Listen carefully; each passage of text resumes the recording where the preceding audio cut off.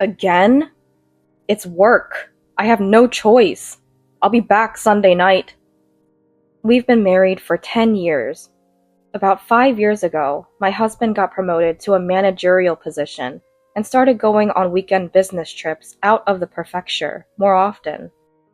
I just silently see him off, knowing it's for work, and handle everything at home, including the kids' events. But I can't help wondering, is it really all for work? I've noticed casual clothes in his luggage, along with his suits. He says it's for going out to eat, but something feels off.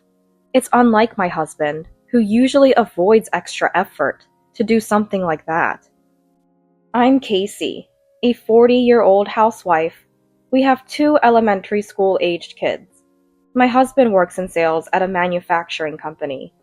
We met when I was working at one of his clients, and I fell for him at first sight. After 2 years of dating, we got married. When the kids were little, we used to spend weekends at the park or going out as a family, a typical happy household. Now, it feels like I'm a single mom. The kids seem lonely too, and I feel guilty. One day, I stumbled upon something. While cleaning my husband's room, I found a notepad from an upscale hotel in another region. It looked like he used it for notes or something. It was in his handwriting, mentioning work-related stuff, but there's no way his business trips would take him to such fancy places. He must have stayed there last weekend. Alone or with someone? My suspicions were growing. I secretly took a photo as evidence and put everything back, then decided to hire a detective, something my husband probably thinks I can't afford. But I've been earning a bit through some easy work-from-home jobs. The investigation results came back quickly. It seems his affair likely started around the time his business trips increased.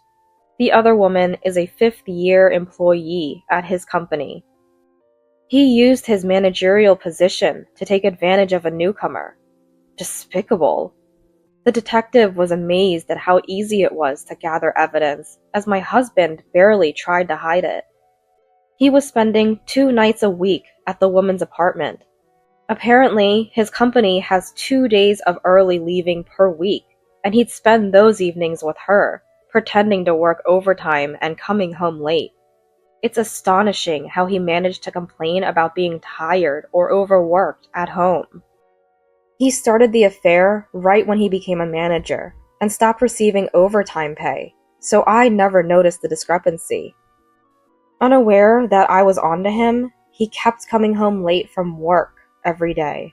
And then again, I have another business trip next weekend. Another trip. I'm furious to think I've been deceived, but I can't let it show. I have to act normal. Again? Isn't that a bit too often? Stop nagging. I have work that only I can do. It's unavoidable. Oh, work that only you can do, huh? He's so arrogant, unaware that I'm almost certain about his affair.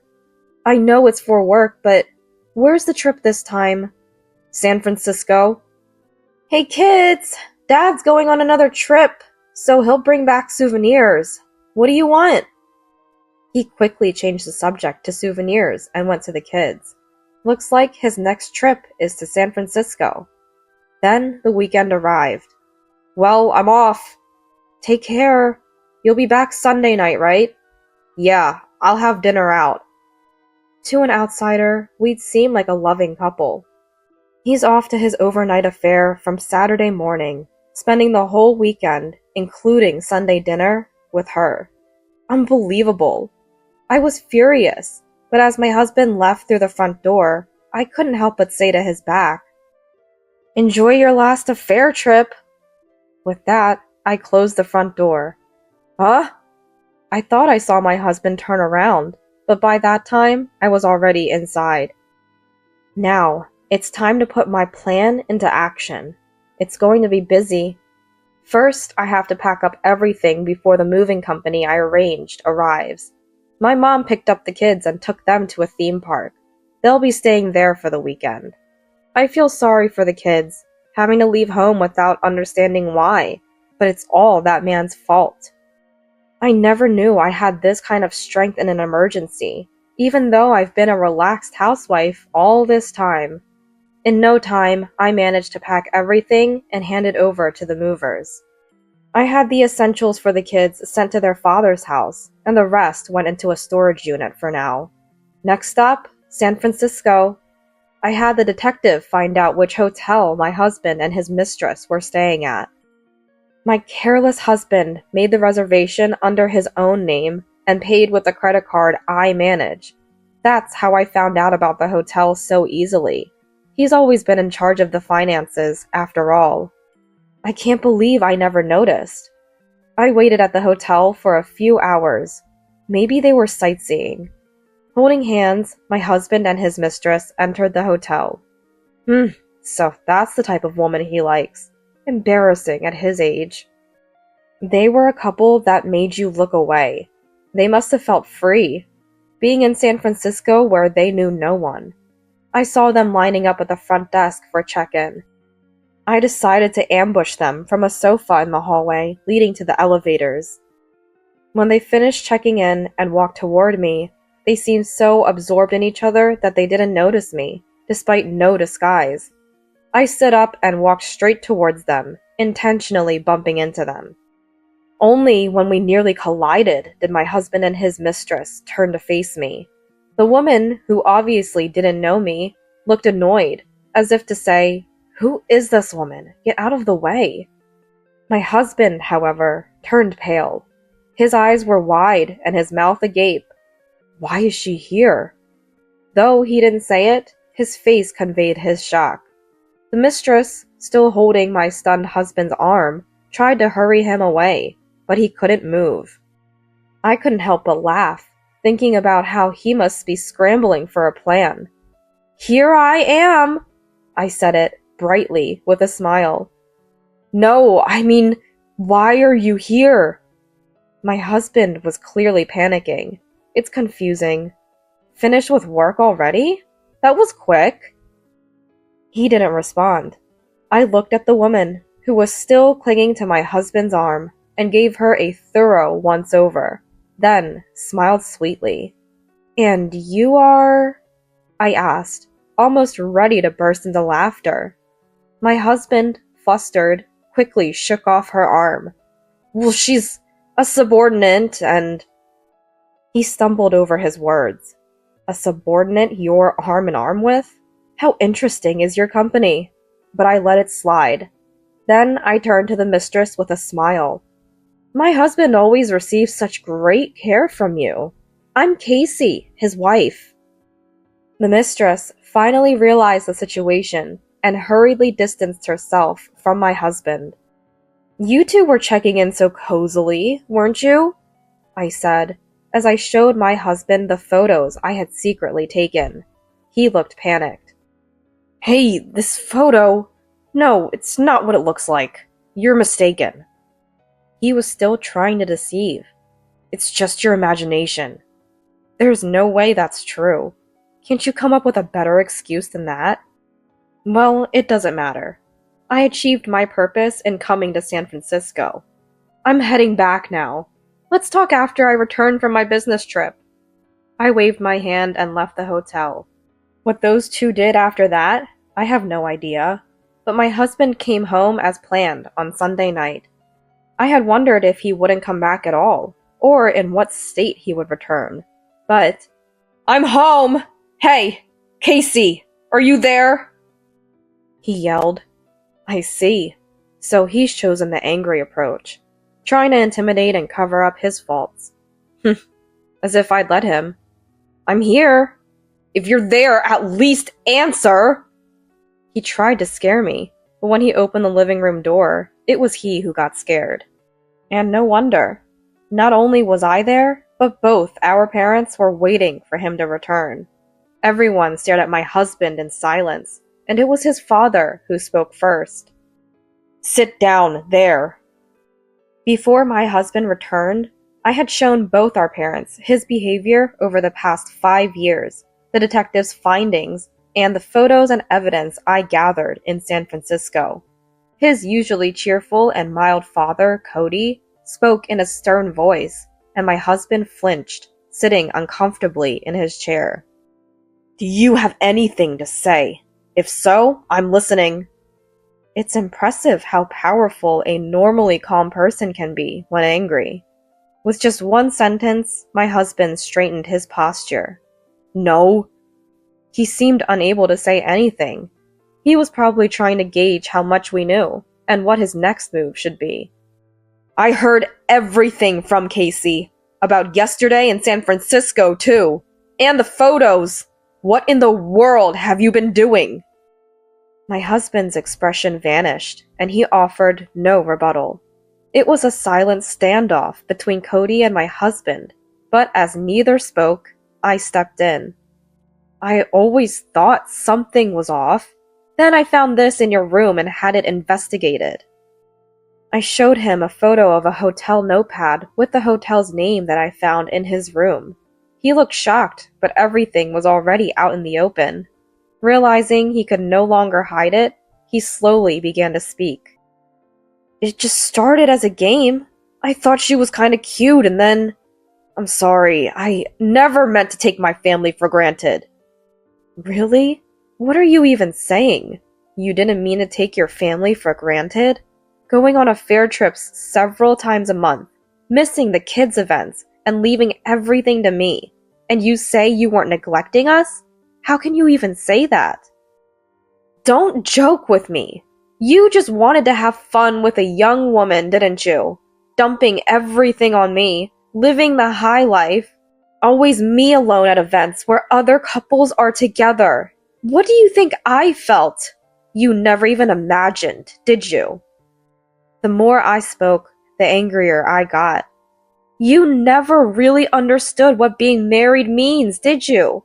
With 2 elementary school kids? Aren't you ashamed? I hate having a husband like that." After a while, my husband spoke. I'm sorry. Maybe I did get carried away.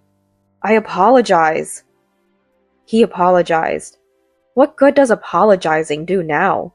The frustration built up over these 5 years, and the shock of seeing the reality with my own eyes won't just disappear with an apology. It's too late for apologies. The truth is, my husband cheated on me even when I was pregnant with our first child.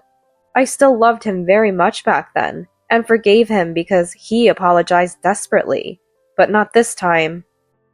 Seeing him in San Francisco, grinning and cuddling up with another woman, closed my heart completely. I feel nothing for him anymore. "Please sign this." I handed my husband the divorce papers. At that point, my husband seemed to realize that something was different about the house. Where did all the furniture go?" "No way!" He rushed to check the other rooms. It's too late for such realizations now. The bedroom, the kids' rooms, all empty. After checking the house, he came back, shoulders slumped. "So you knew. It's over, isn't it?" "Yeah, it's over. We're getting a divorce." And so, we filled out the divorce papers in front of both our parents. Even though the divorce was finalized, as a housewife, I had focused on household and childcare, and now my biggest worry was our livelihood. So, I demanded 5 years of alimony and child support from my husband. After all, he had deceived me for 5 years. I asked for a substantial amount in alimony. Then, my husband, seemingly forgetting his fault, lost his temper. "Alimony of $30,000? No way I'm paying that much! Are you kidding me? I won't pay." It was Cody who showed his anger again. "Are you even remorseful? Neglecting your duties as a husband and a father. That's too little considering what Casey has been through." He even hit my husband. My husband, struck, just glared silently at Cody. Things were getting heated, so I decided to change tactics. "If you won't pay, I'll demand it from your lover. I know her name and address. I could even contact her workplace." My husband's face paled. Don't you dare! You'll ruin her life! Oh, but you've already ruined mine, haven't you? How did I ever marry such a man? She means that much to you? Ridiculous. Then pay up, without a fuss, and I won't bother her. In the end, he agreed to pay the alimony, probably because he's too fond of his affair partner. I was prepared for a reduction, but luckily I got the full amount. Next, we discussed child support. He complained about that, too. $1,000 a month? Isn't that too much? $1,000 for 2 kids, Casey? You're too greedy. Are you just spiteful because you lost to a younger woman? My mom started to stand up at his words, but I stopped her. I nodded to my mom, conveying that it's okay, and then delivered the final blow to my husband. The child support is for 3. It's not too little. Huh? He didn't seem to understand. That's right, a 3rd child. I'm pregnant. It's yours, of course. Remember? I was actually 3 months pregnant. Our parents didn't know this yet, so everyone looked shocked. My in-laws were the first to grasp the situation. They knelt before me and my parents. We're so sorry. Our idiot son has done something unforgivable. Casey, we'll ensure he pays the child support. It must be hard with 3 kids. Please, use our house. Can you believe it? They offered us their family home. Honestly, I hadn't expected this much, and I can only be grateful to my in-laws. For now, I've been staying at my parents' house, but the uncertainty about the future had been worrying. I gratefully accepted their kind offer. Later, my in-laws convinced my husband to sell the house he had bought, and they gave me the proceeds. Now, my husband lives with his parents in an apartment. They keep an eye on him to prevent any more mischief, and it seems they're managing his finances too. Thanks to this, there have been no delays in child support payments, and I can live without worries. The relationship between my husband, who had abandoned his fatherly duties, and our children was never good, and since the divorce, they have never expressed a desire to see him. We agreed he wouldn't see them unless they wished to, but he occasionally emails. I'm lonely now that I'm alone and understand what family warmth is. I want to see the kids. I don't know about when or if they'll ever want to see him. Oh, and about the other woman. She apparently didn't know my husband had kids, and seems to have lost interest and drifted away. Moreover, someone from his company happened to witness them in San Francisco, exposing the office affair. He got demoted, and she was transferred to a branch office in her hometown. Bad deeds never prosper, do they? The due date for our 3rd child is approaching. The kids, my parents, and my in-laws, whom I've been secretly communicating with, are all looking forward to the birth. Once the baby is born, maybe I'll share some photos through my in-laws.